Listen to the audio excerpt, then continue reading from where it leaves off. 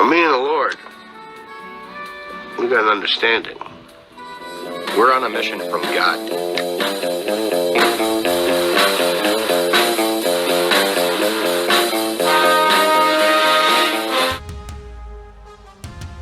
Well, good morning, good people. Mark Holmes here, of course, with my buddy Cowboys, Joe Boo, as well as the Funky Chicken. And as always, I want to say thank you all for watching, commenting, subscribing, and being part of the Joe Boo Sports Report. Without you guys, as well as you ladies, you know that this literally does not work. It is Saturday, and I hope all your Saturday dreams come true. Of course, we are on the countdown. We're on the clock here. The draft is literally... This is not us making this up. This is actual reporting of Jerry Jones talking about being a general manager. I've done it all, okay? I've done it all. I messed up, but this is good. Said, fuck, if anybody can figure out how to get this shit done, I can figure out how to get it done, John said. I've been there every which way from Sunday. And have I busted my ass a bunch? A bunch. And there's nobody living that out cutting and out shooting that can give you a bunch of times they busted their ass. So hell no. There's nobody that could fucking come in here and do all the contracts and be a GM any better than I can. Now, Jerry, congrats on talking your shit. Yeah, absolutely. Unbelievable. Think about the decades and decades of the people and fans saying Jerry needs to get his hands out of the team's business. Ever since Jerry has started running things, we haven't been good. He got rid of Jimmy, and then nobody's able to check Jerry. And Jerry's just got his little fingers and everything. He's making decisions. He's drafting from the yacht. He's cutting people. He's negotiating deals. He's calling plays sometimes. Shit, he will get out there and throw the ball himself if he wants to. That is what people say. That's why the Cowboys haven't been good. So if this is a new interview or if this is Clarence Hill Jr. writing about something that happened back in the day, it's like, shout out to Jerry Jones just finally telling everybody, hey, eat shit. Just want to let you know that. AJ, how do you feel?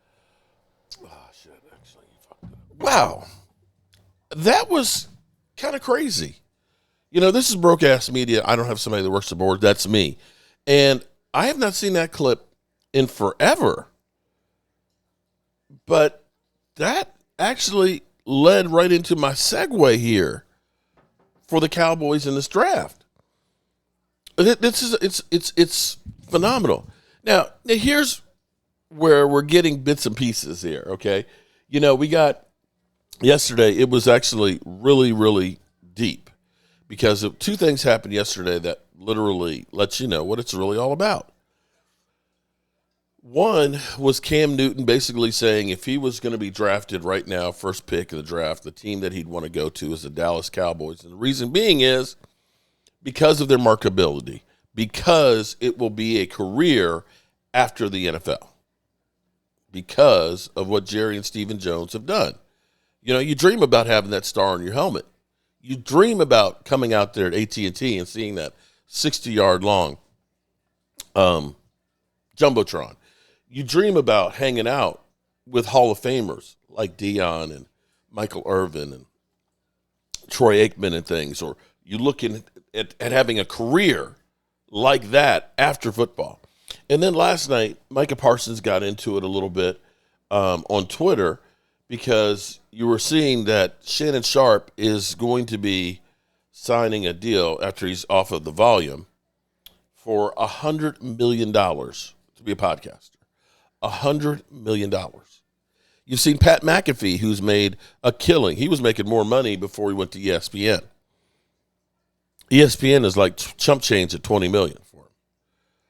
And so people were going at and saying to Micah Parsons, which would you rather be, a podcaster or an NFL football player? Somebody was actually said a really deep thing. You mean playing 17 games a season and risking CTE on every play? Which kind of puts that in perspective, you know, what these guys do. When you've seen, like, Dak Prescott literally have his leg just chopped off. When you see DeMar Hamlin literally die and be brought back on the field. And some of the catastrophic injuries, yeah, those are things that you and me ain't out there doing for that money. It's about being there with the Cowboys. Now, here's where I woke up this morning because we've got this revelation that it's like, you know, all brand new, that the Cowboys, that we need a good running game, that we need a second wide receiver. Like this is just like brand new information that the heavens opened up and the tablets came down and said, thou must have a great running game and more than one weapon to win. Oh, no. We've all said this. We've all talked this. We said this last year. How many times have we said having just CeeDee Lamb? And we literally, because see here, this is where I'm going to have to get into Catboy right now. Catboy, of course, last year, well, what was CeeDee Lamb? He got that contract and things. And see, what we're going to have to do, CeeDee Lamb's got to understand, he's going to have to get more touches a game. He's going to need to get like 3 to 5 more touches a game for us to, get our money back. And it's like, bro, the year before, he had around 10 touches per game and broke all of the Dallas Cowboys wide receiving records. That means every wide receiver that the Dallas Cowboys ever had, he beat it all in one season. And now you're going to say he needs 3 to 5 more touches a game? That works if you're trying to get your money out of him, but that ain't about winning. It's not about having one great wide receiver. We've seen a lot of one great wide receivers. Megatron, one great wide receiver. In the Hall of Fame, but he ain't winning Super Bowls. So now we realize, after getting rid of Amari Cooper for all those years, that we could have had Amari Cooper and CeeDee Lamb together with Dak Prescott honing their crafts while they were both in the peak of their career. Now we talk about bringing back Amari Cooper now that he's got 4 more years of mileage on him. This isn't rocket science. This isn't new. Running the football. You had the NFL's all-time leading rusher and won 3 Super Bowls. And now we just realize that we need to run the football? That we got to have a good running game? It's like it's like all of a sudden, hey, man, the Cowboys, they found out the winning formula. We got to get a running game and a second wide receiver. Of course we do. We did last year. We did the year before. When we decided, because, see, this is where it's self-inflicted. You were okay with Zeke going downhill because you had Tony Pollard. Because you had basically Saquon with the two of them together until they both got hurt. Plantar fasciitis, Tony Pollard, and PCL with Zeke. So by the time you got to the playoffs, it didn't work. But you need a dynamic running game. You were getting like 2,000 yards between the two of them in our running game.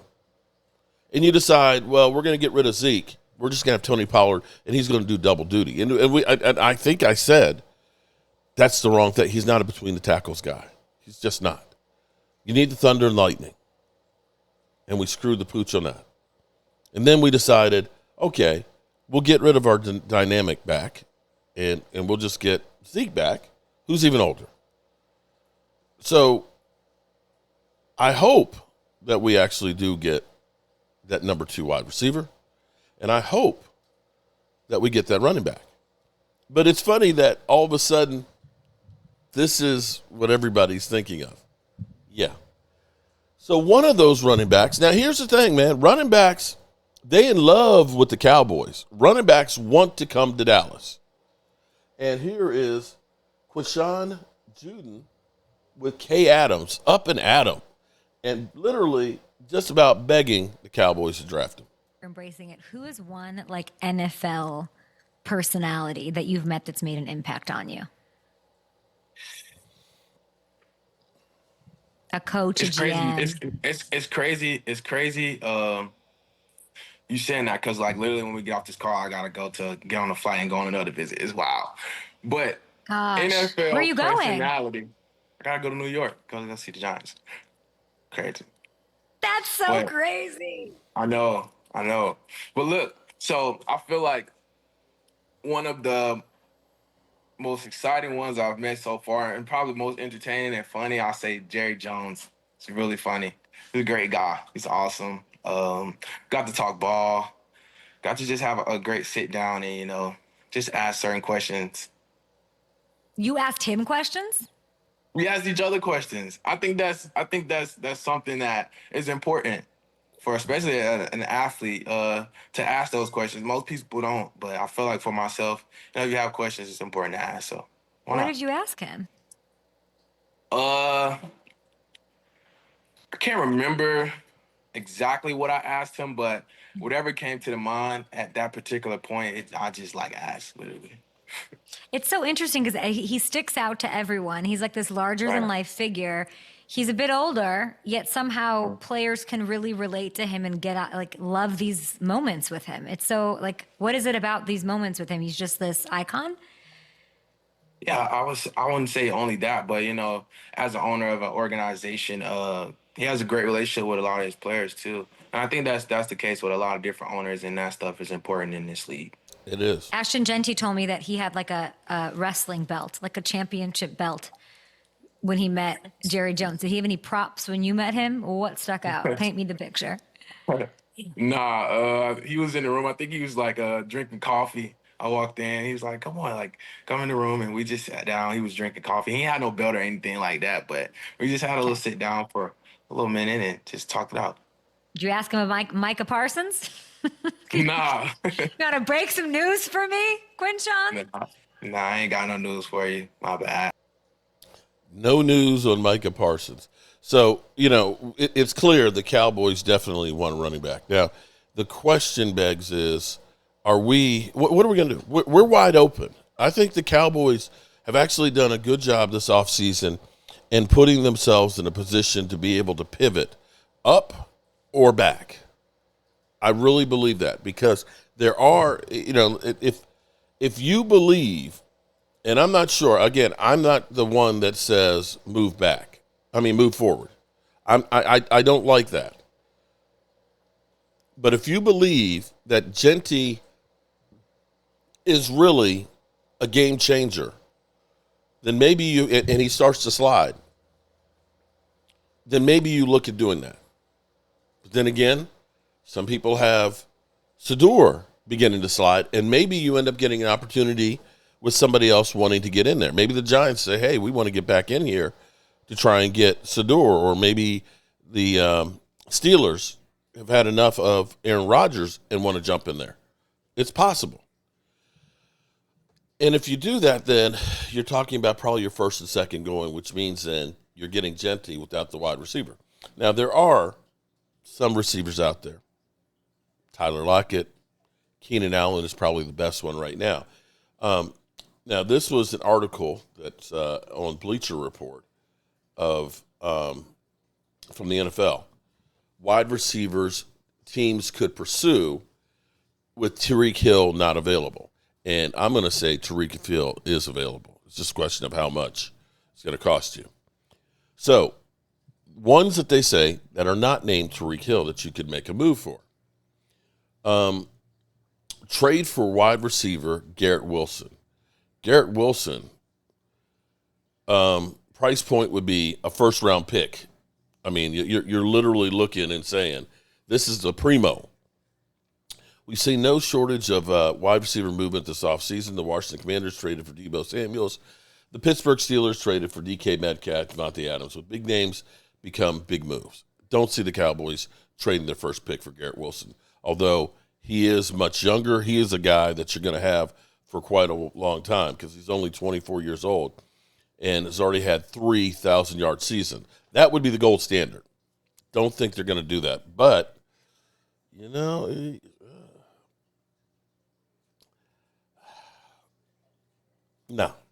you're not giving up your 12th pick for that. No. Adam Thielen. Now, we've got a little bit older here. Adam Thielen, of course, great standout with Minnesota, traded to or signed with the Panthers, a guy that I kind of was interested in before.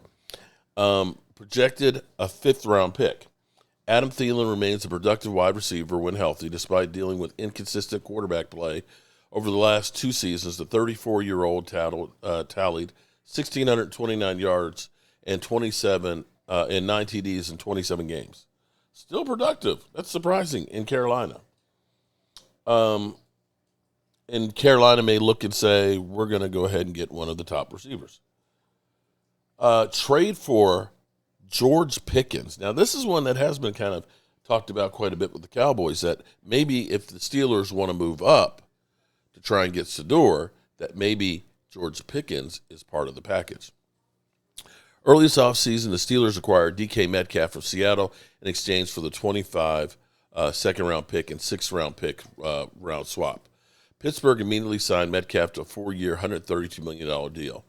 Pickens was largely filled the Steelers' number one role over the past 3 seasons. However, Metcalf should become the new top target, so he's expendable. And they're saying a midday, day 2 pick. A mid. So you're talking about the Cowboys' third-round pick. Would you trade? Because our third-round pick is kind of high. I'm not looking at my second. No. Would you? That would. I'd be happy with the third round of that. Take a flyer on Treylon Burks, 5th-round pick. While receivers like Pickens and Thielen and Wilson will be able to help a team right away, Titans pass catcher Burks would become a project. The first-round pick has struggled to stay on the field. Yeah, we got enough projects. We need a guy we can plug in now. And, of course, trade up for Colorado's Travis Hunter. Not going to happen. It's going to cost too much. And trade late for a first-round wide receiver. We don't have to trade late. We can trade back and do that. So those are kind of the options that we would have as far as getting the wide receiver. And if the Cowboys were to, now ideally, the Cowboys get a trade partner and can trade back a few spaces, get their wide receiver, McMillan or Golden, possibly one of the two. They move back just a couple of spaces and pick up some extra draft capital, in which case, in the second round, you go ahead and get your running back. That would be a great scenario. But if they decide that we really and truly want to go ahead and get Genty, and you take your first and second, have to move up to get them, then you have to look at making a move for one of these other wide receivers probably. But we'll see what they have to do. So here we have, everything is kind of crazy, and this is a different scenario than what I've heard, of course, before. Of course, every scenario is being played out right now because everybody wants to get people to click and watch. But this is Read and React on NFL Live, and they're talking about Shedeur dropping and the possibility that Kellen Moore may not be interested in Shedeur Sanders, in which case he could be dropping even more. That would be ideal for us, is if Shedeur starts dropping and he's sitting there with us having that pick and possibly somebody jumping back in. It's to watch. As the draft nears, we're going to start with Jalen Ramsey, of course. So what do we know about him? Major name to watch around the NFL draft. The Miami Dolphins are currently shopping Jalen Ramsey, trying to find a home for him. The setup they have with the player is, hey, we're going to look around, we're going to comb the market, see what we have, then we will report back to you with potential teams. That has not happened yet. Certainly after round 1 or day 2 of the draft, that could heat up. He should have value, but they could draft a corner with that 13th overall pick to potentially replace Ramsey. Yeah, that's interesting, right? They'd like to know what's happening with him. Either way, he's going to be on the move, right? So let's say if he is to be traded, RC, what team should be calling about him? You know what? I would love to see him with the Buffalo Bills or the Baltimore Ravens. The Buffalo Bills went out and they re-signed Tre'Davious White to a 1-year contract. That doesn't mean that Jalen Ramsey wouldn't have a place in that secondary. And think about the Baltimore Ravens and the way that they were attacked on the corners last.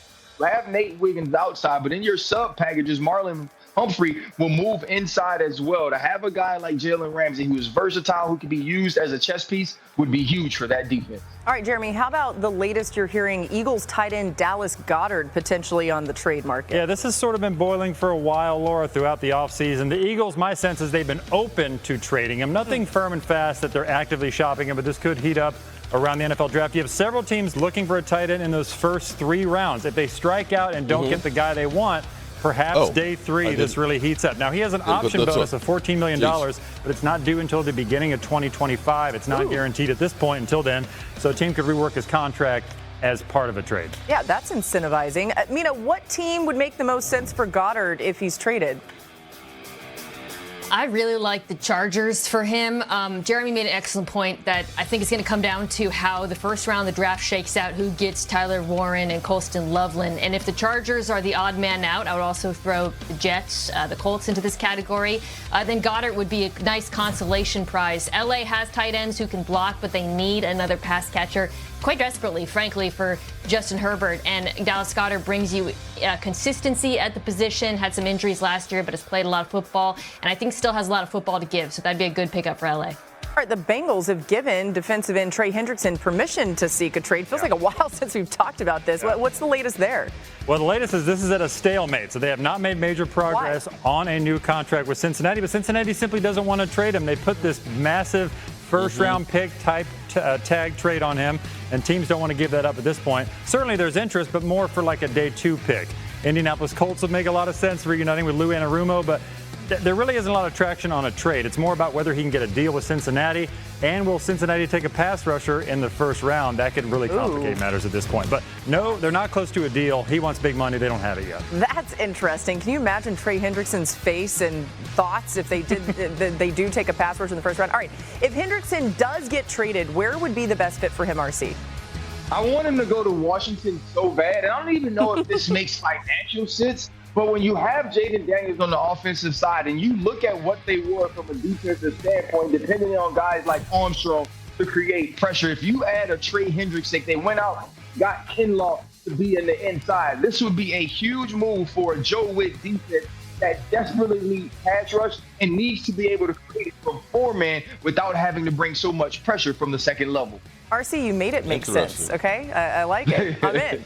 All right, you mentioned Kirk Cousins earlier, Jeremy. He's still a Falcon. What's holding up any potential deals? What's holding it up is the Falcons are remaining firm, Laura. They don't want to move on this for a measly late day 3 pick. I mean, it would take real traction, real draft capital, or a team willing to pay a lot of the $37 million he's got in guarantees to make this happen. Teams have simply not been willing to do that. The Cleveland Browns have sort of moved on, getting Joe Flacco. So it's very possible the Falcons go through the draft and then they reassess. Maybe somebody makes a deal down the road for him. Yeah, somebody's going to need a quarterback, right? Mina, is there an ideal spot for Cousins if he does get dealt?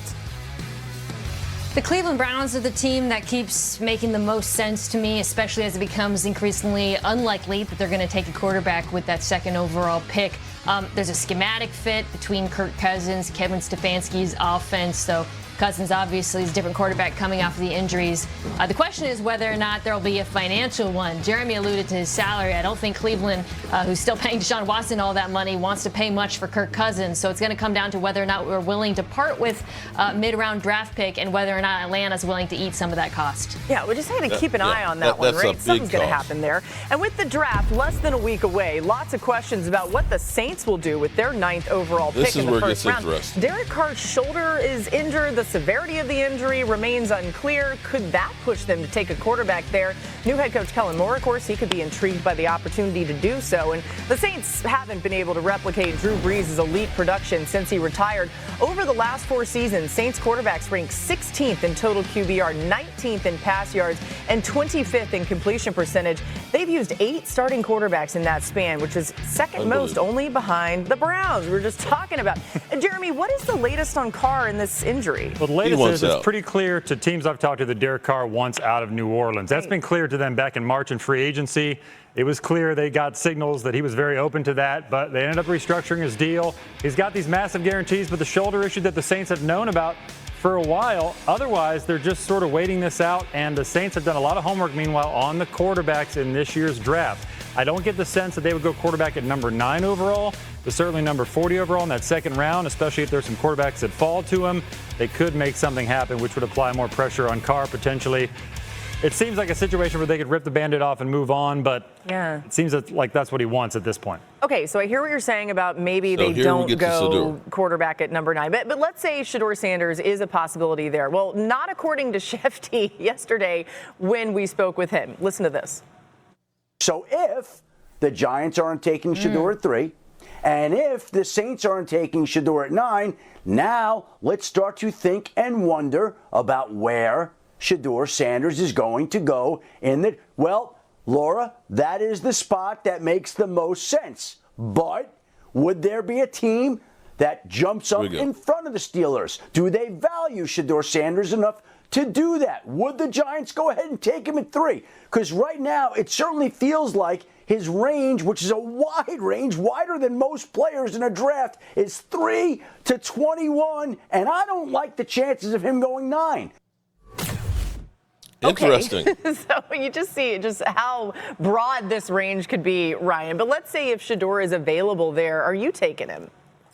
If I'm the New Orleans Saints, I'm taking him with what I saw from Spencer Rattler last year. And I mean, let's be honest, a lot of Saints fans felt like they got a lemon when they got Derek Carr. And so you have to look at Shedeur Sanders playing inside, Kellen Moore now taking over this team and this offense. And some of the things that Shedeur Sanders can do well, which is anticipate, run through progressions, throw the ball with accuracy. I think all of those things bode well to having a guy who can come right in, fit in. And we also know that he's been a great leader in 2 separate locker rooms. But if the New Orleans Saints decide to pass and maybe pick a quarterback in the later rounds, I believe the New Orleans Saints would give the Pittsburgh Steelers an opportunity to either move up or find a way to get Shedeur Sanders at 21. I'm Kellen Moore. I think I pulled the trigger. This is what's going to shake up the whole draft. Earlier I said that I like the Steelers as a landing spot for Shedeur. I don't love the Saints for any quarterback, not just Shedeur, because, Ryan, this is not a good football team. So many questions on the roster. The offensive line needs work. The receiving group, Chris Olave obviously has had his issues with concussions, so you're not sure what the makeup of that is. Alvin Kamara, obviously fantastic, but getting older. And we talk all the time about these quarterbacks put in bad situations and how they're being set up to fail. And some folks might hear that and say, well, yeah, but Jane Daniels and Drake May walked into, touchy situations in Washington and New England. But respectfully, I don't view either of these quarterbacks, Sanders or Dart, on the level that I view Daniels or May. If Daniels or May were available in this draft, I'd say pull the trigger and go ahead. So it's tough. I just don't love it for the Saints, and I don't love it for Shedeur, to be honest. Yeah, quick ad there. Jackson Dart. The Saints have done a lot of homework on the Ole Miss passer. So we'll see if they make a move there. 9 might be a little rich, but they've looked into it. I mean, they've done their homework. It would not shock me if they come out of this draft. It's going to be an interesting draft with a quarterback. I'm going to say it's going to be an interesting draft for sure, because we just don't know. We just don't know. And the Cowboys, they've kind of really, we know that they've basically looked at every top wide receiver and running back. So we know that that's the direction that they want to go in. But strange things can happen. You could have a CeeDee Lamb type drop where you don't expect this guy to be there, and you just got to take him because he's the best player available and instantly makes your team better. Hold on to your horses. It's going to be an interesting ride. As always, I got to get out of here. I can't stand it anymore. I've got to get out of here. I've got to get out of here. Calm down. Get a hold of yourself. Stewardess, please let me handle this. I've got to get out. Calm down. Now get back to your seat. I'll take care of this. Calm down. Calm down. Get a hold of yourself. Doctor, you're wanted on the phone. Everything's going to be all right. Please. Sister, please, I'll handle this. I've got to get out of